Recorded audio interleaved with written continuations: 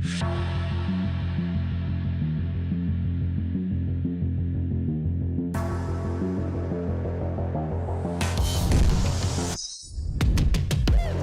morning, everybody. Welcome to the Investing Bros. We go live every single weekday morning from 9 to 10 a.m. Eastern Standard Time. And we cover the Bitcoin, crypto, stocks. We cover the TA, the news, everything you need to know about what investing looks like today so you can make those decisions for yourself. Big day as Bitcoin just hit our target of 27,000, rejected right on it. We're going to talk more about that in the TA section. But the question of the day, as some of you might be seeing in that thumbnail, in that title, Tim, are you crazy? What are you talking about $50,000 for? Are you this new moon boy in Bitcoin? I will explain. If history were to repeat itself, 50,000 is not necessarily out of the cards for this year. A dip would come right after that. I will explain more in the Bitcoin TA section, so make sure you do not go anywhere. We did get some news yesterday from Europe that they actually rose their interest rates by 50 basis points. What will the US do just next week when Jerome Powell and the Fed give their FOMC meeting report? Are we going to see 25 basis points? Are we going to see zero? Do we even see a cut? We're looking forward to that. Also, we're getting close to an Ethereum Shanghai update, and a new date has been released. We're talking about all of that and more in this show, so do not go anywhere. And by the way, yeah, in case any of you guys were seeing it, I got a new chair. Got a new spinny chair this morning. I'm feeling good, and so should you. I'm joined by two very beautiful, amazing co-hosts this morning. I'm going to start off with the man sitting across from me, and that is T Shroom. How are you doing this morning, T Shroom? I'm doing really great, Tim. I'm loving the new camera, by the way. Thank you. Yeah. And by the way, your mic's doing the same thing as yesterday. You got to be kidding me. Nope, dead serious. You've got to be kidding me. Nope, I can hear it. Well, let's just keep moving then. Piper, how are you doing? Brother, I'm doing great. I'm doing better than I deserve. So there you go. I'll take your line today, T-Shroom. Well, okay, so T-Shroom's trying to give me some secret messages over here while we're still in our intro. Yeah, you're saying to restart again? Yes. And we're just going to roll with this as we go because it's going to kick me off and everything. Yeah. All right. Yeah, we're going to temper. Tell us more about how you're doing this morning. Yeah, Piper, you're going to have to carry the show for about 2 minutes, and then we'll jump back in here. Brother, I got this. Let's go ahead and give some shout outs to some of our viewers this morning.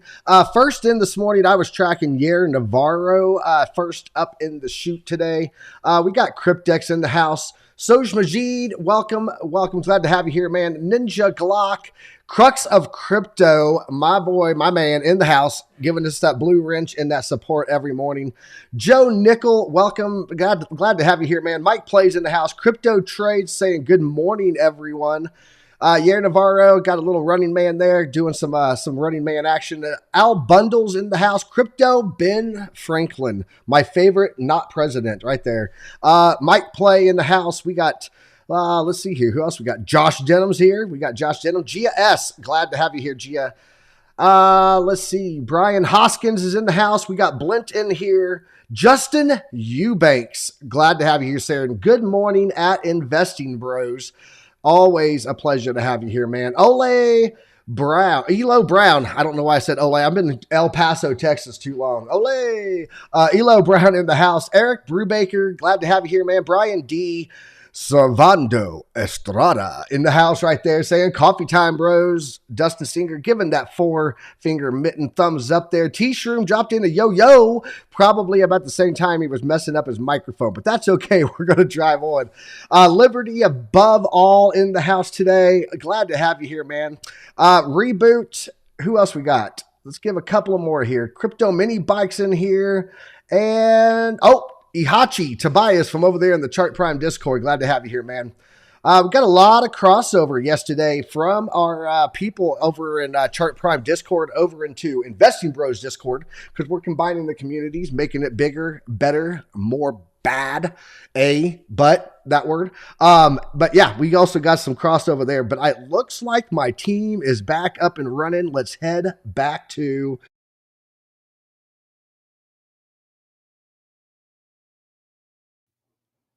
All right. You hear me now?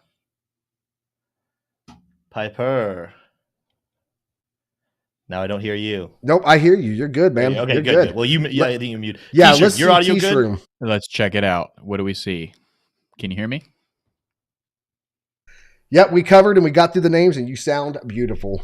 All right, there we Great. go. Awesome. It's very frustrating. So when we you got got- all this stuff going, and yeah. then you get going in here, and the technology just wants to fight you every second. I'm wondering if Beamer is out in the living room doing something conspicuous. Maybe. But we're gonna have to carry on with the show. T-Shim, you were saying something. Let's go back over to you before we jump into TA and everything. Well, I think that this is the quote of the day is very appropriate. So Yeah. if you go to my screen, you can see that success is not final. Failure is not fatal. It is the courage to continue that counts. And that's coming from your boy across the pond, Winston Churchill. That's a good quote for the day. Yeah. Feel like it's very fitting. We have the what's courage to happening. continue. Yes, absolutely. Well, I want to thank every single one of you guys who's continued to stay with us despite the fact they're having these difficulties. We're about to jump in and do some TA here in just a second, but I do want to throw it. I'm assuming he didn't do this while we were going down. Piper, let's get an update on some of the stuff with interest rate hikes and a more macro overview before we jump in and look at those charts. Yeah, we can do that. But I first, I went through all of the chats here, giving a shout out to everyone that was here, but I did not have Tim to give the repeat of Servando Estrada. So if I can get that, that'd be I'll great. just say, yeah. Servando Estrada. There we go. Appreciate it. There we go. Yeah. Yeah, so taking a look over here at the macroeconomic, let me get this up just a little bit there. There we go. Macroeconomic calendar here. And I've added the EU in here today, as you can see. So this morning, the European area came in at a combined average of 8.5% inflation rate year over year. It was previously at 8.6. Consensus came in at 8.5. Forecasted at 8.5. Came in just as expected. Today, big thing that we have today is going to be here at 10 a.m. Eastern Standard Time. That's going to be the Michigan Consumer Sentiment. They base on like how the consumer feels about the economy is basically what this is. But we do have industrial production year over year and industrial production month over month coming in. Not going to play too big of a factor on the markets as a whole, but it will on some commodity stuff like that. So we'll be watching that for the industrial metals, lumber, so on and so forth, and see how that comes out. We don't have anything else today, but next Monday, next week is big, guys. Next week on Monday, we got balance of trade coming in from the European Union. And then we're going to have the existing home sales coming in, telling us how many homes are being sold. When you see the housing market go up, you got to remember headline CPI versus core CPI. One of the core CPI does not include energy or housing, but it will absolutely give us a little bit of insight to the housing factor on headline CPI data. So, but the big day next week, guys, is going to be Wednesday right here. Next Wednesday, we're going to have Jerome Powell finishing up day 2 of the FOMC that afternoon, 2 p.m. Eastern Standard Time. They will be coming out, dropping those interest rate decisions of 25 basis points, 0 basis points. Who knows? It's up and down constantly on the CME futures for that. And then we're going to have the Jerome Powell speech. And I don't know if you guys remember the last time I was on, but I talked about that volatility of 3 to 5% during that window of those rates dropping from the morning of the market open to the points to the rate hike drop that comes out. It's about 3 to 5% on average over all of the previous FOMCs that I've showed before. But the real movement comes afterwards over the next 48 hours. So it's going to be interesting to see with us talking about 0 basis points, a pause on those rate hike increases versus a 25 basis point hike when we've already had several periods that we peaked at 50 basis points on the calculation. However, those got baked into the market. They may have already shaken back out again. So we'll see how it plays out. It's going to be an interesting FOMC next week on the 22nd, though, for sure, guys. Absolutely. It is going to be very interesting. And I think the plan at this point, I guess we hadn't talked about this. We're going to go live for that next week, right, T-Shroom and Piper? Yeah, we absolutely could. Absolutely. So make sure put that on your calendar. Come join the Investing Bros as we get to witness Jerome Powell tell us what it looks like for the interest rate hikes for the next 2 months, because we won't get another meeting until May. With that said, let's transition over into TA and let's dive into what we're talking about in the title, in that thumbnail. I'm sure there's a lot of people who will click on this video to watch after seeing a $50,000 price prediction. Let's just talk about this real quick. I am not a moon boy. I know it's going to be the easy transaction. I want you guys to know, not only am I making a prediction that potentially 50,000 is happening, I'm not necessarily sold on 50,000, but even if 50,000 happens, I would then predict a 50% drop afterwards. We're going to talk about why that is here in just a second, but let's take a look at what has happened here over the last couple of hours. Some people said it couldn't be done. Some people denied me. Some people said when they looked at this price action and looked at the gap in volume on the fixed range volume profile, they said, Tim, what are you talking about? $27,000. We're just going to shoot straight up to $28,000, $30,000. But I told you guys, not only do we have the exact bottom of this fixed range volume profile right in here, my favorite new indicator, the market oracle here. Let's see. Actually, I'm going to go to the smart money concepts. Got to take some editing, take some stuff out of this. But this was one of the few things I saw calling for this level.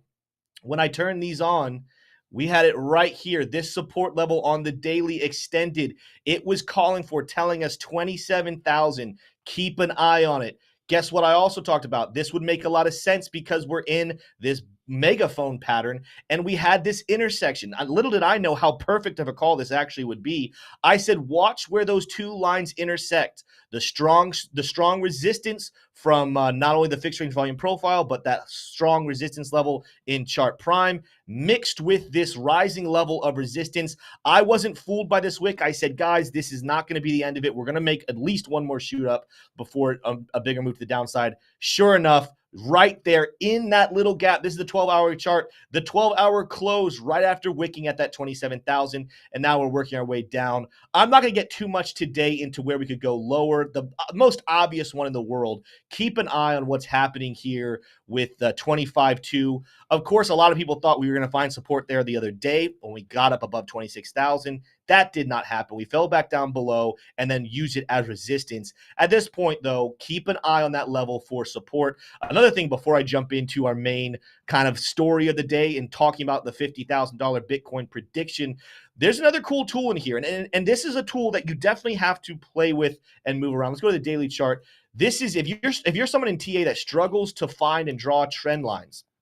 It's another weapon that we have coming from, let's see, is in this one? Actually, this one is going to be in our market oracle. It's another weapon you have in Chart Prime indicators that you can have it to draw your trend lines for you. So if you guys see that nice teal line I have going on right there, that actually was brought to you by Chart Prime, and I just went ahead and drew it for you to keep on. Right now, you guys can see that we have used that as support over the last 3 or 4 days. So now that's another level I'm looking at. 25.2. If we reject it, 27, which I think there's a decent chance we do, and move down. Watch for us to kind of move back sideways to this support level, this trend line once again. And then we might find support and rock it up. Now let's get into this $50,000 price prediction. I want to start by saying right up front, I'm saying 50,000 because that's the level that history kind of shows us if we mimic it. I think a more realistic expectation is 40,000, and I'll explain that a little bit later. But I want you to know up front, we're more than likely going to see a $40,000 to $50,000 price that then has a big dip, maybe as much as 50% coming back. Let's go out and go back over. I'm going to go to the weekly chart and go back all the way over to the bear market that we had back here in 2018, 2019. If you guys are in the Discord for Investing Bros and you were a gold member, you guys know exactly what I'm talking about. I talked about this yesterday in our AMA, our live AMA. Did some other really cool things over there as well that I'm not going to talk about on this stream. Maybe a video is coming very soon about a tool that I back tested that would have turned $1,000 into $100,000 if you had been trading since June of last year using that one indicator. But I digress. Let's get back into why Bitcoin could get to $50,000.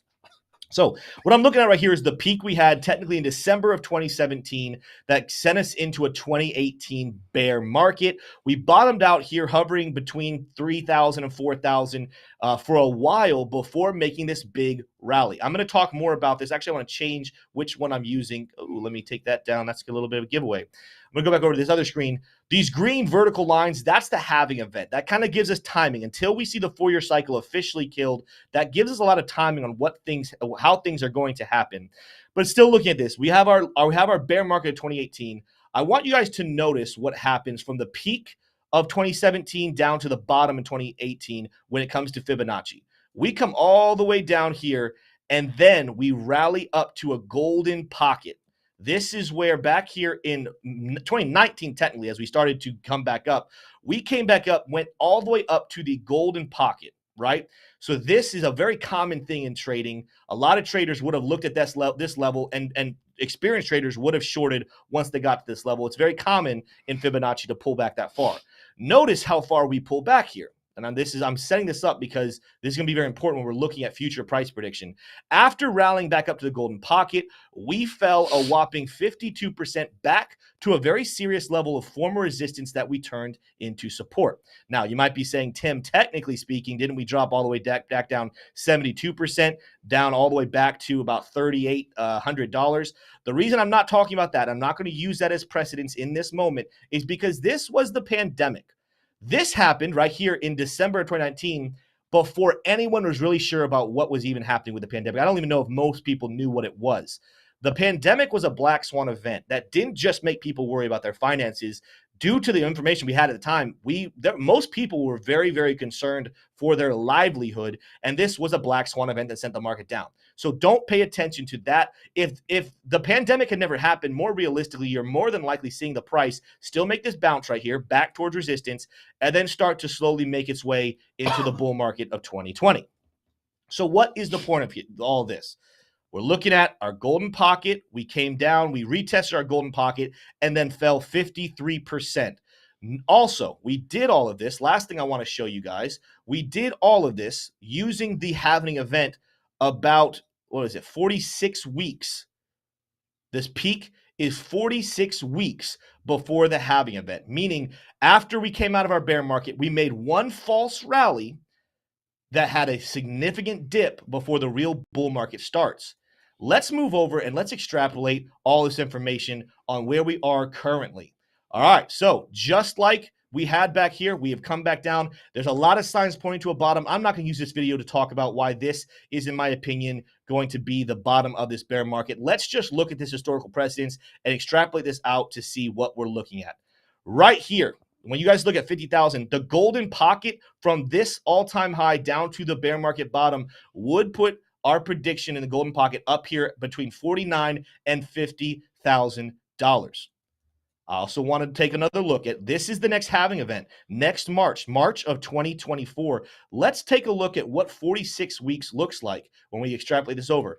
46 weeks, let's keep going right there. Boom, would give us the first weeks, technically starting the second week of May, meaning we still have the rest of March, all of April, and about a week of May to match this zone. Now, I'm not saying 46 weeks is perfect. Technically speaking, I probably would give this all the way even to about 40 weeks, just into June, and say I think that we could have another peak by May to June of this year before a bigger dip. This would mean that Bitcoin's price would skyrocket, if we repeat, all the way up to $50,000 into the golden pocket, and then, if we repeat, fall 50% back down. Guess what 50% of 50,000 is? 25.2. What else is 25.2 or 25,000, give or take? What else is 25,000? 25,000 is a very, very significant form of resistance that we have been wrestling with now for multiple months, and that is now working to be turned back into support. This looks very similar. Still on my drawing tool on. This looks very similar to what we experienced back here in 2017, 2018, 2019 with this dip, this false rally before the bull market really started, and a 50% pullback. Now, I told you I'm not necessarily fully convinced. While this precedence does give us a golden pocket reversal with a 50% dip, I think a good thing to keep an eye on would also be the 50% level, the 0.5 on Fibonacci. That would still give us a price prediction of $42,000. I think that more realistically, this is an area where people should be looking to take profits. But I wanted to show this to you because if we repeat ourselves, and we're doing a lot of things very similarly to how we did them back here in 2018, 2019, this would call for a very realistic expectation of $50,000 Bitcoin before a big dip, before the real bull market starts later on in 2024.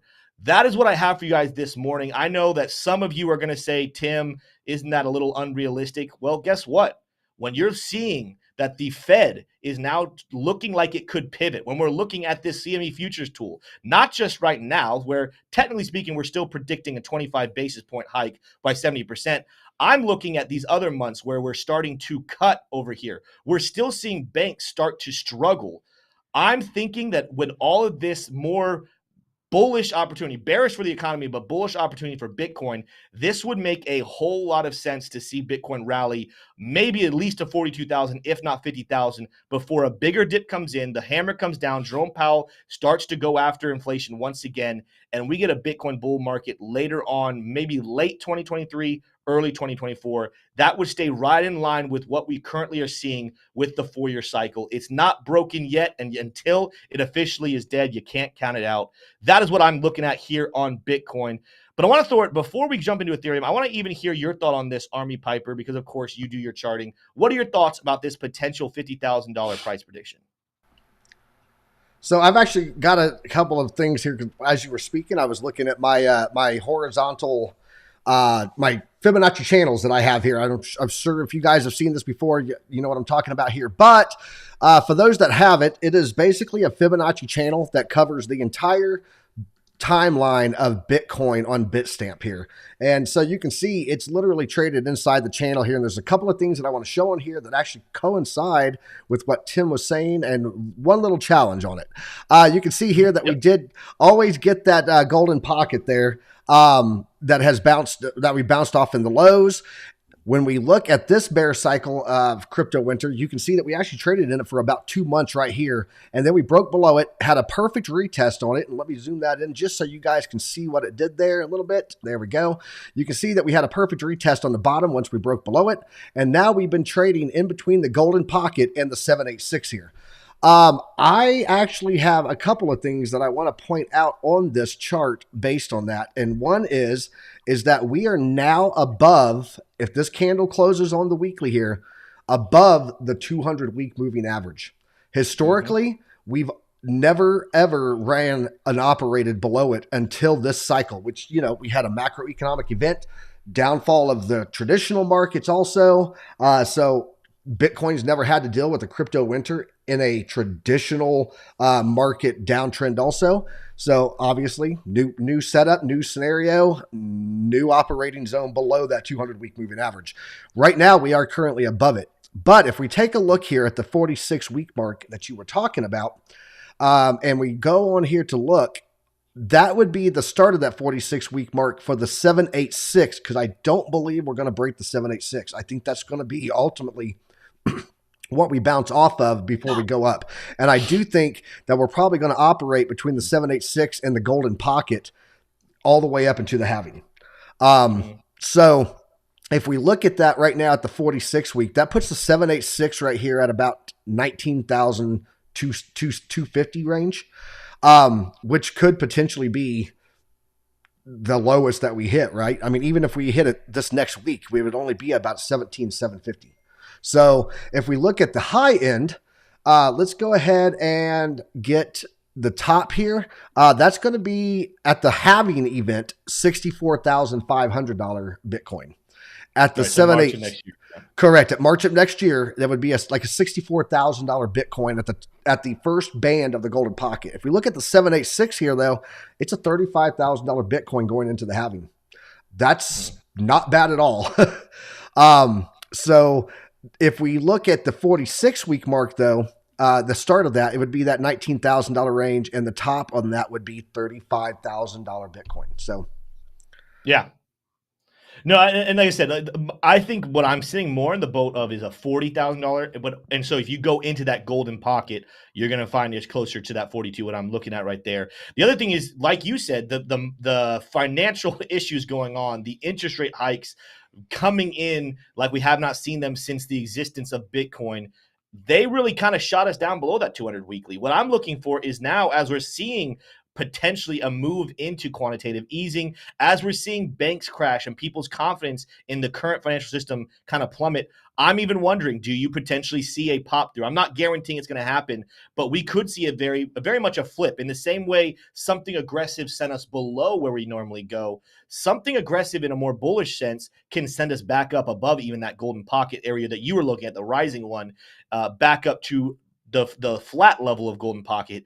Anything is still possible, but I think what I want to hammer home with everybody is not even just the $50,000 prediction or $42,000 prediction.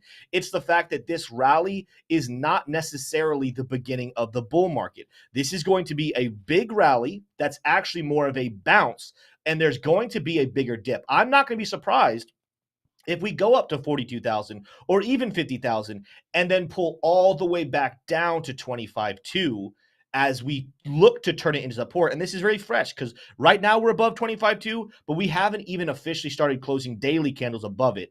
What I'm trying to look at in the future is, do not be surprised if we start this rally and people are screaming, here's the bull market, here's the bull market, here's the bull market, but we still have a 40 to 50% dip left before the real bull market starts. That's what I want people to kind of take away from this is, do not be fooled and FOMO in, or I mean, it's fine to rally up, but do not be fooled when we get up to these higher levels and think that's it. We're never going below 40 ever again. We're never going below 30 ever again. We absolutely could. We could pull back all the way back down to 25.2.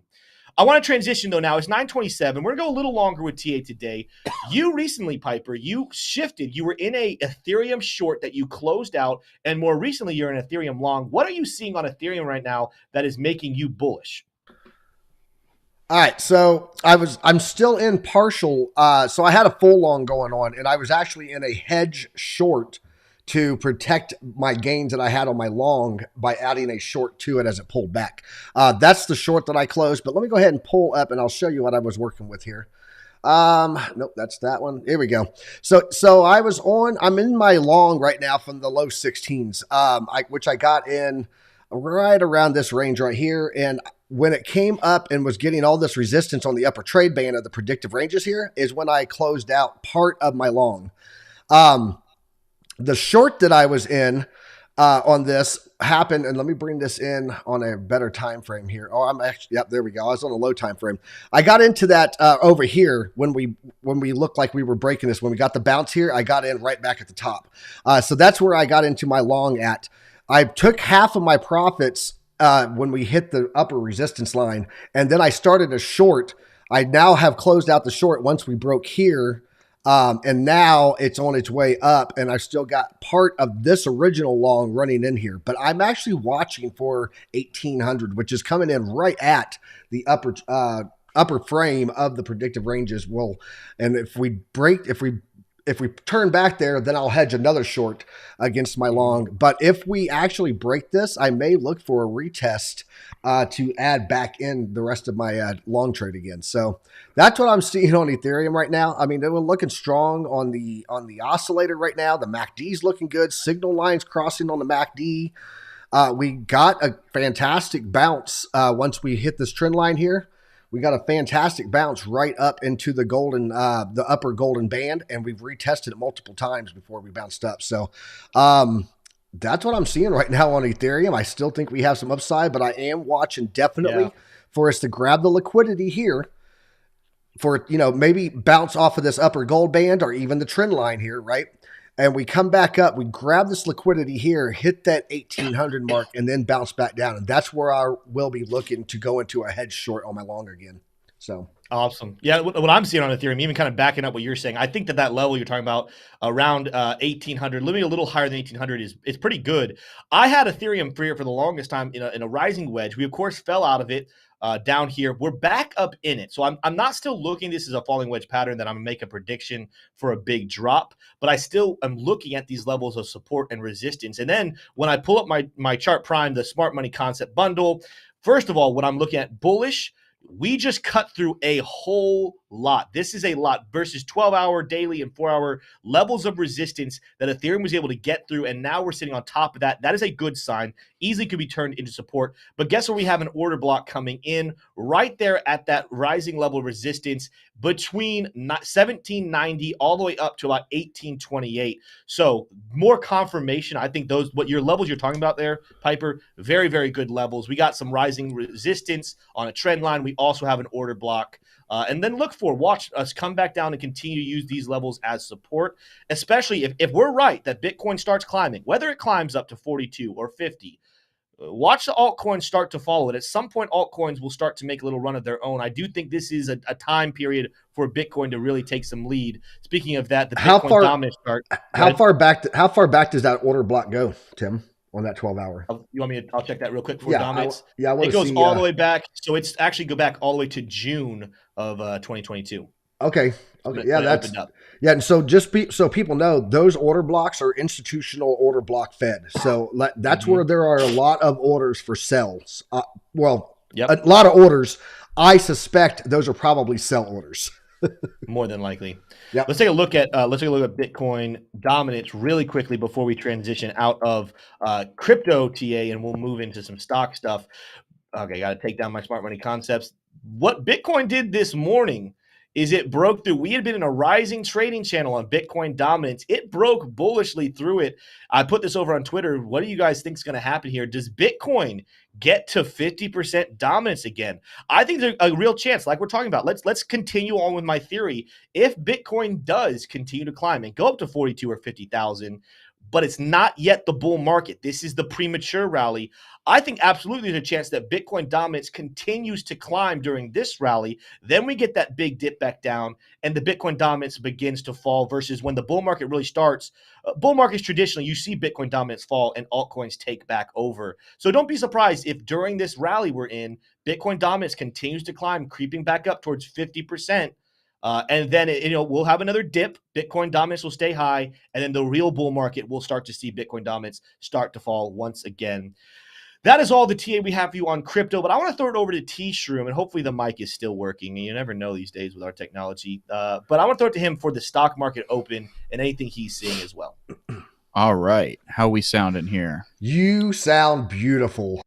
Great. All right. Well, we're going to start off with energy as we do so often, guys. Here we have the market open. We are currently 3 minutes into the Eastern Standard Time market open here for the New York Stock Exchange. So we're going to look into it.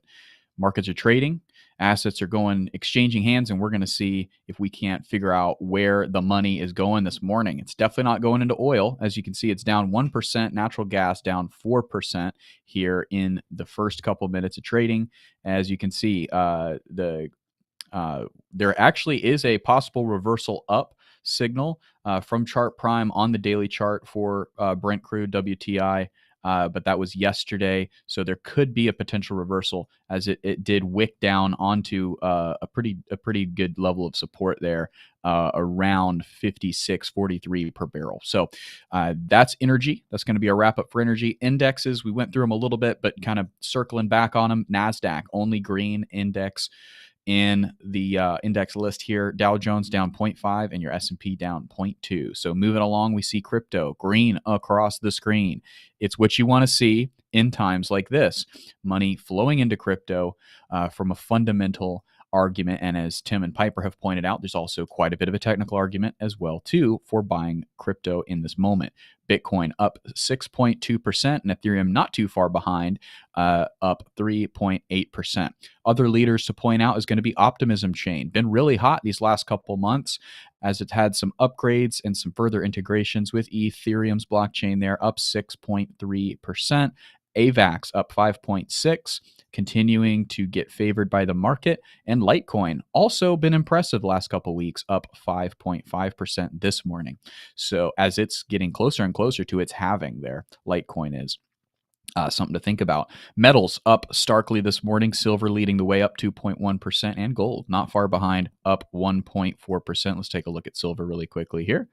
See maybe what chart primes levels are showing as well. Yeah, so doing pretty well. Had a nice bounce off of some of the indicators here, and it's moving more to the upside. Maybe it's going to try to fill this wick that it put in on the 15th of this week and try to fill that right on up to 25.50 cents. 22.50 cents, $22.50 per troy ounce there of silver. Moving right along, we're going to get into the big cap tech stocks. Not going to spend too much time here because it's pretty clear. It's mixed. Meta down, leading the way down 2.6%. Okay, so money cycling out of Meta, and looks like it's going into Google and Microsoft this morning for your big cap tech stocks. Tesla and Amazon and Apple having really tepid movement, not really figuring out which way they want to go other than down. All right, moving along. Here's a pretty decisive move down in bond yields, and the biggest move down is going to be on the 5-year this morning, down 3.9% on the yields for the 5-year Treasury note there, and the Great British Pound, also the 10-year gilt for on the British side, down 3.2%. So bond yields on the way down. That means that bonds are getting bought, so there's less of an incentive, money moving into those fixed incomes. DXY down 0.2. Not much movement this morning for the DXY. Cannabis down, that tells me money moving out of high risk, right? Could be some fundamentals in the cannabis story. Microcap would mimic that, as the only name here that's green is Coinbase, right? So more than likely just up on the overall crypto bullish narrative here, up 4%. So up quite a bit there. That's good, but the rest of the mid cap stocks are not, and it's being sold off. The heaviest is Jenny. Moving along, you're seeing the big banks, which my watch list is pretty limited here. It's just JP Morgan. I'm going to be adding more. Let me know in the chat which big bank should I add to my big bank watch list. Citibank should probably be up there, Bank of America, but you tell me, which bank do you want to see in that watch list? All right, big oil, mixed. The four I have here are mixed, but Marathon Gas is leading lower, down 1%. So that's going to be a wrap up of our market open. Let's circle back here on the indexes to see if there's been any movement. Still seeing green on the screen there on crypto. Not really any movement. Still the same thing. NASDAQ getting bought, the other two getting sold. Moving out of security into risk here on Friday, March 17th. Interesting market open. Are we ready to go ahead and get into the stories this morning, boys? Or I wanted to show one thing really quickly I was noticing this morning. So I'm going to look at the S&P 500, the Dow Jones, and the NASDAQ. All three of them. Technically, the S&P 500 did close a candle below, but we've had long-term resistance that recently was turned into support on all three of them, and all three of them are finding support back at that level. So this is something to keep an eye on for the whole the asset market as in general. This is S&P 500, again, dipped a little bit before. Dow Jones finding support, had a wick dip below, but is closing candle bodies in that zone or above. And then the NASDAQ, the one hasn't even come back down to touch it. And you got to give him credit where he gets it. Yesterday, Jim Cramer did say, anyone betting against the NASDAQ right now, I'll meet you at your funeral. The NASDAQ's up right now. Usually people go against Jim Cramer. He also tried to really mess with us on Bitcoin. 1 minute he's saying that Bitcoin, sell all your Bitcoin. The next second, like literally the day later, he's saying that crypto is a safe haven. So I kind of am like, what is Jim Cramer doing? Did he figure out that people are going against him, and now he's just trying to break our brains? Give Cramer his due credit, though. He said NASDAQ would go up for the day. It is going up. That might be short-lived, though, if he stays bullish. We'll have to see. But I wanted to keep your guys' eyes on that because this is a big macro event for all assets to keep an eye on. When we're seeing reversals happen on these three, that's a good sign for the rest of the market that money is flowing into assets. So we'll keep you posted on what's happening there. But now, T-Shroom, we are ready to jump into our stories. Okay, awesome. Yeah, I'm just adding Bank of America to the big bank watch list there on my watch list because somebody shouted it out. on, let's see who shouted that out. That was Crypto Alchemist, said B of A for sure. So got that one in there. Guys, we've got some pretty big headlines here. SV, the biggest one of all, more than likely here. SVB Financial files for bankruptcy. So let's get into the details of that as it has filed for Chapter 11. Silicon Valley Bank was not included in the bankruptcy filing in New York on Friday. Also not included in the Chapter 11 process are venture capital company SVB Capital and broker-dealer business SVB Securities, which will remain operational. SVB Financial Group, the company that owned the failed Silicon Valley Bank, so there is a distinction there. When you're hearing it reported in the news, SVB Financial Group is different. It's the parent company of the now failed Silicon Valley Bank, and the parent company there has filed for Chapter 11 bankruptcy protections. Not a huge surprise, considering the amount of destabilization in its assets there, namely Silicon Valley Bank. But there it is, official Chapter 11 filing. The banking crisis isn't over yet, guys. Let's get into some of these details. U.S. regulators orchestrated a $30 billion cash infusion into First Republic Bank. This is the new name. This is the new belle of the ball that everybody's talking about, First Republic Bank, a regional bank with a similar profile to the failed Silicon Valley Bank. Investors remain skeptical of Credit Suisse's ability to stay afloat. The stock fell another 5% in early morning trading today, March 17th, as rumors of a takeover either by UBS or the government continue to swirl. So will UBS, the biggest Swiss bank, or the government go ahead and just nationalize the bank, the Credit Suisse Bank, and take on all of that nasty bad debt? We shall see. The chaos spread to China as well. This is the first we're hearing of this, of China getting caught up in this chaos. The chaos spread to China, whose central bank made a surprise cut to the amount of money that banks must keep in reserves, an effort to keep money flowing through the financial system. So China's response to this is, let's make the banks less secure.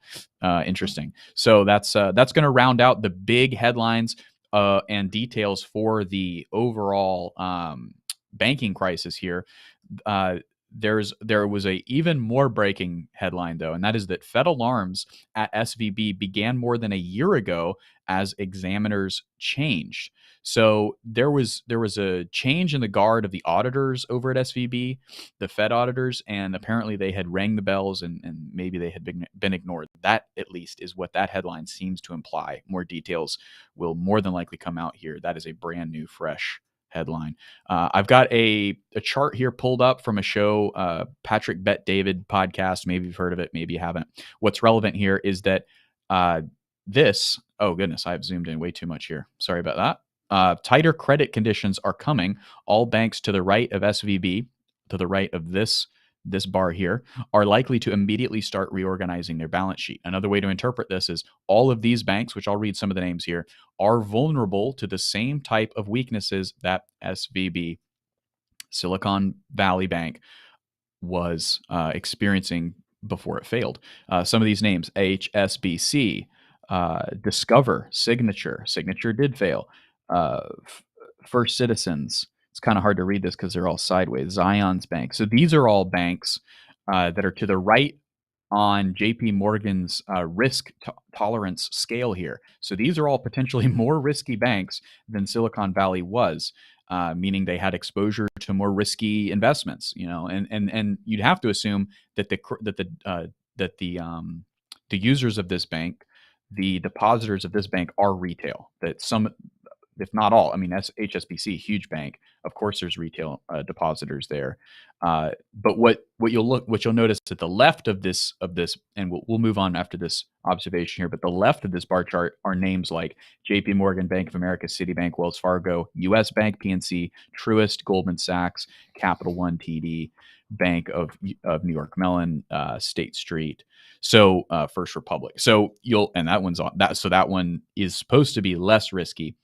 JP Morgan there being obviously the least risky. So that just illustrates that there is absolutely more tighter credit conditions coming. Mm-hmm. And these banks, I am so zoomed in on this. These banks, there's plenty of banks that are yet to fall if indeed the credit facility that the Fed has set up fails. Well, let's get into crypto, because it's not all about the banks. But before we do, Tim, I want to throw it to you or Piper. Do you guys have anything to say about this credit this credit crunch, this crisis of the banks that we're experiencing? Yeah, I mean, not anything that I would add to what I've said previously. Gotcha. They're gonna continue to try to pump the media with as much confidence as they can. I mean, we've seen this before, where government and media team up to use keywords that it's so clearly collusion, but they think that they're getting away with it. How many times have we heard the phrase "banks are safe"? Yeah. Banks are safe. We don't hear them say phrases like, "Oh, don't be worried." They all are saying banks are safe. It's this phrase that they put out to all their media outlets, to everyone in government. When you talk about banks, just say banks are safe. Yeah. And they're going to try to, if the baby just started screaming again, they're going to get the pacifier, they're going to put him out, they're going to try to shush the baby back to sleep. Sure. Don't pay attention to the economy. Don't pay attention to how we don't know what we're doing. Just go to sleep. Go to sleep, and then we'll steal your money and you'll be fine. That's what's happening right now. And us in crypto, we're smarter than that. But unfortunately, we're still a minority. So That's good. That's good. You almost put me to sleep there with that one, Tim. I know. That's my goal. Yeah. Piper, did you have anything, any developing thoughts on the banking crisis we're watching unfold before our very eyes? Yes, every day they make me realize why I'm in crypto. There you go. There you go. That's a Short- good way. Short and Good. sweet. Good way to put it. Very, very good. All right, well, let's go ahead and get into crypto news, and there are some bullish developments here. Ethereum Shanghai hard fork now has official target date. Developers agreed to April 12th. Ding, ding, ding. That should be a date that you will not forget. That's something that should linger in your mind here. Definitely a big takeaway. April 12th for the long-awaited upgrade that will enable staked ETH to be withdrawn. You heard it correctly. This is from Coindesk.com. This isn't some crazy website like You Today that Tim loves so much. This is straight down the middle. Coindesk reporting April 12th has now been reported and has been decided by the devs over at the Ethereum team. Let's get into a little bit of the details, but not too much here. The Shanghai update, more accurately called Shapella, marks the completion of Ethereum's full transition to proof-of-stake network and will enable staked ETH withdrawals. That's correct, guys, and it's going to be a lot of fun to see what kind of price action ETH experiences in the run-up to the completion of this very long-term, 9-year plan that ETH has had, and Vitalik must absolutely be proud to see that date go ahead and get released. And again, for those of you who may have missed it, April 12th is that date. So stay tuned, folks. We're definitely going to be reporting that. You might even see a Ethereum coin in our thumbnail very, very soon. Voyager Binance.com pause denied by bankruptcy judge. Another bullish story for your crypto bros. U.S. Attorney Damon Williams had argued the deal should be amended or struck down because it seeks to effectively absolve Voyager and its staff of violations of tax or securities law. But Michael Wiles, a judge in the Southern District of New York, said the deal he previously approved does no such thing, and that waiting longer would harm Voyager's clients who haven't been able to access their crypto. The company filed for bankruptcy protections in July. So there you go. Judges fighting back and forth over whether or not Binance.us should be able to buy Voyager for a cool $1 billion. Guys, we've got one last story here.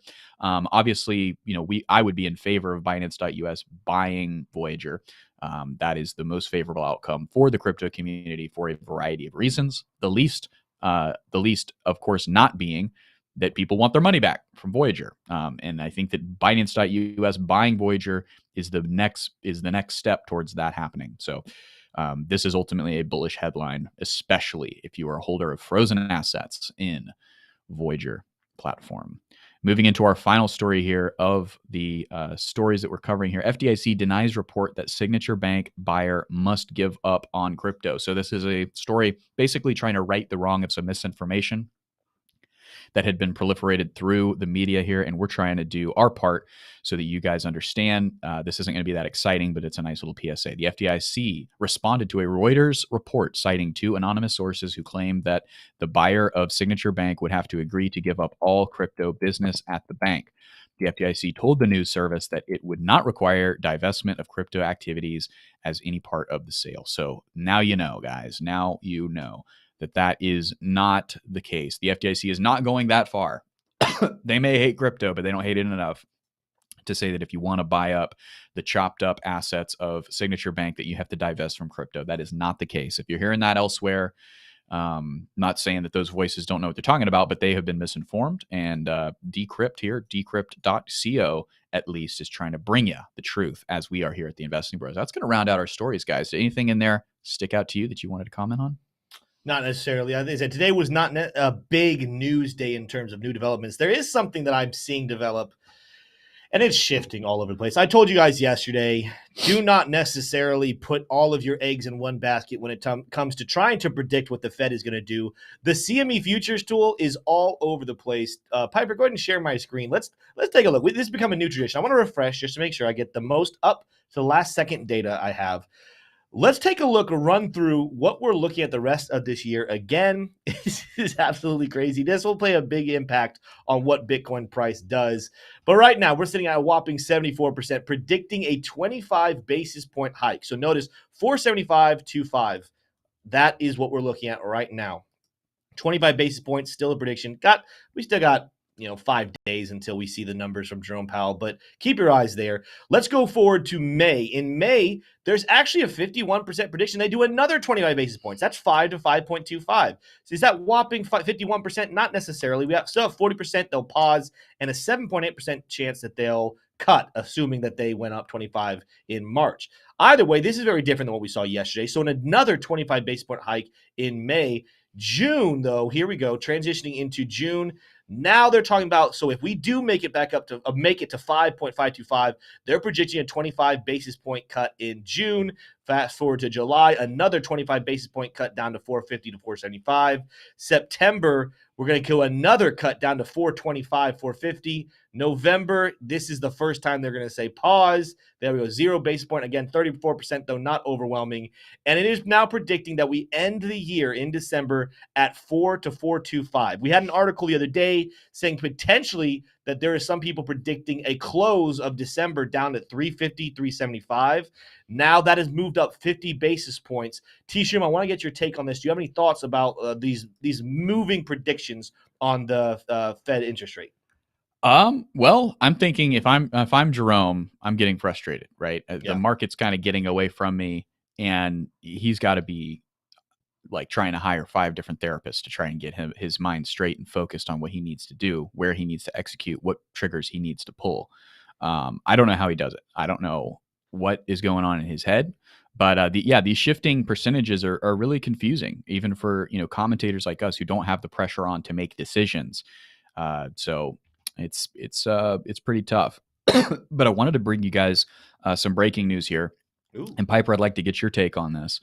If you go to my screen. So this is breaking. Redfin reports Redfin is a real estate company website where you can see home prices and stuff in your area, kind of like Zillow. Redfin reports home prices fell 1% in February, first annual drop since 2012. So this is big, guys. This is big for the inflation story, because shelter has been one of the most disobedient sectors of the CPI, right? So shelter has been moving in the opposite direction, getting more and more expensive.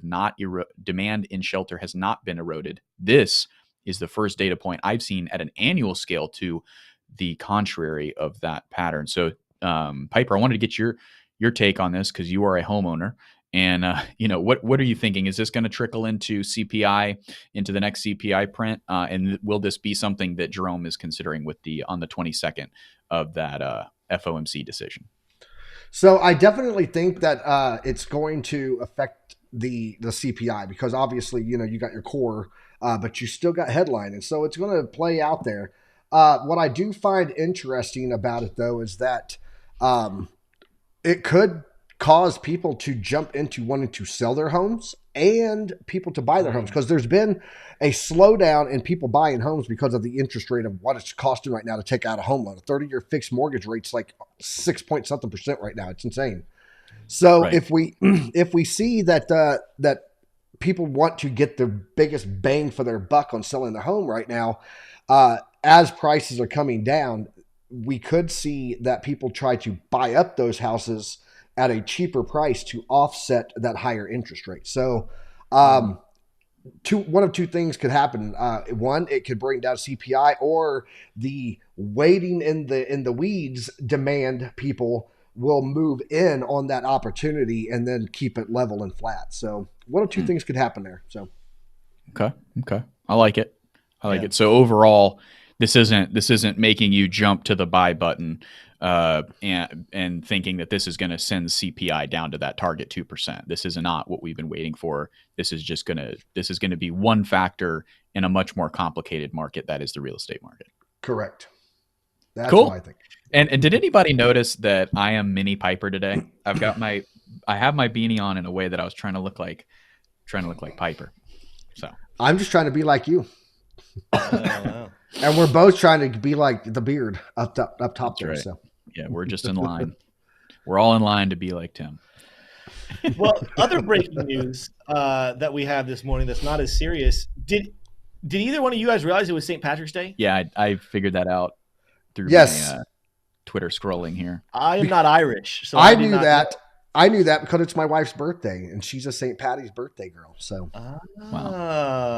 Yes, that's right. Wait, you did tell us pre-show. So happy birthday to the Mrs. Piper. Mhm. What should her secret code name be? So her name is Amy Carlene, so we call her AK, for a we go. lot of stuff. You just got it. I call her Amy. I call her Amesy, but a lot of people say AK, like it's in her email and stuff.